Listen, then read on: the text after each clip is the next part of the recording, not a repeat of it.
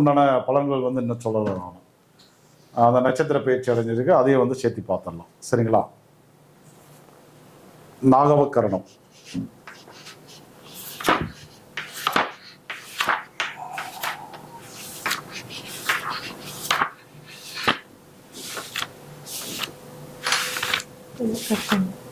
சரி, அது கட் பண்ணி. அடுத்த கரணம் வந்து பார்த்தீங்கன்னா நாகவக்கரணம். நாகவக்கரணத்துக்கு உண்டான விலங்கு வந்து பாம்பு. கரணநாதன் ராகு பகவான். உங்களுக்கு உண்டான கோவில் வந்து நாகராஜா, நாகநாதர். உங்களுடைய அதிதேவதை வந்து சர்ப்பம். சரி, ஓகே சார், நாங்கள் இதெல்லாம் வாழ்க்கையில் வந்து பண்ணி பார்த்தாச்சு, ரிசல்ட் இல்லை. ரிசல்ட்டுக்கு என்ன வழி அப்படிங்கிறத நம்ம வந்து பார்ப்போம். நம்ம உங்களுடைய அதிதேவதை வந்து ஆதிசேஷன் இல்லையா? ஆதிசேஷன் ஆக்சுவலாக வந்து என்னென்னா, ஆதிசேஷனை வந்து நம்ம வந்து ஸ்ரீரங்கத்தில் போய் தரிசனம் பண்ண முடியும்.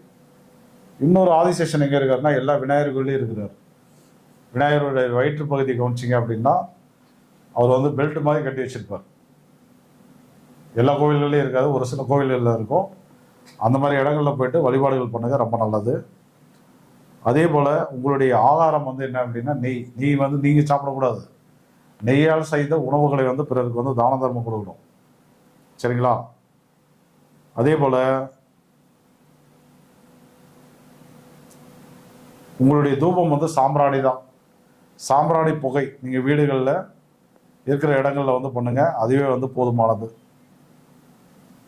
கதம்பம் ஆக்சுவலாக வந்து கதம்பம்ங்கிறது நாட்டு மருந்து கடையில் வந்து கிடைக்கும்.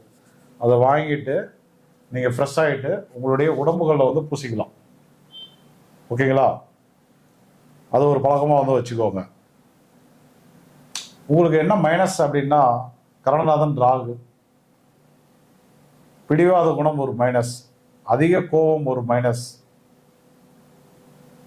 அதே போல் தேவைக்கு ஆசை இருக்கணும், பேராசை என்பது இருக்கக்கூடாது, அது ஒரு மைனஸ்.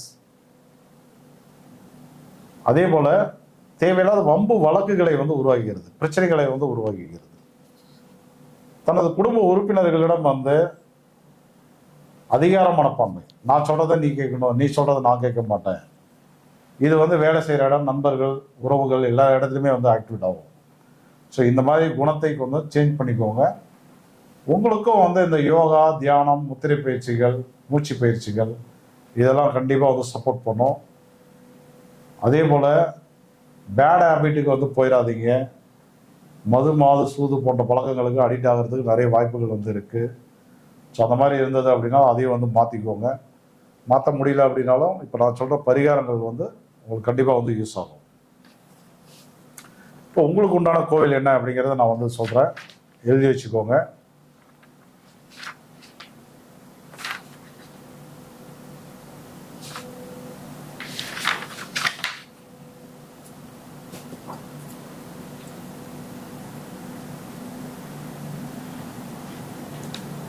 இடையாற்றுநாதர், அது வந்து மிக சிறந்த பரிகார கோவில் உங்களுக்கு.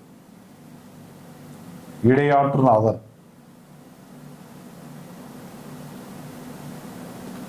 சோழிங்கல்ல இருக்கக்கூடிய நரசிம்மர், அதுவும் வந்து மிக சிறந்த ஒரு பரிகாரம்.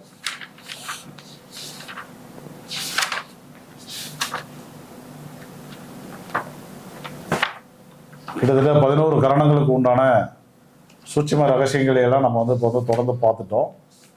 இன்னும் கொஞ்சம் நிறைய தகவல்களை வந்து இருக்குது. முடிஞ்ச அளவு அதையும் நான் வந்து உங்களுக்கு கொடுக்குறேன். நான்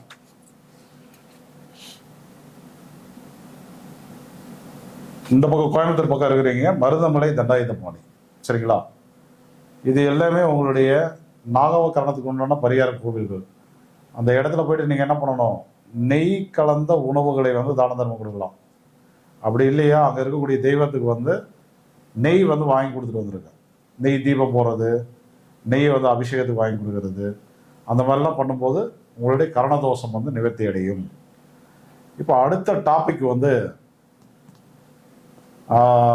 குருவின் நட்சத்திர பயிற்சி பலன்கள்.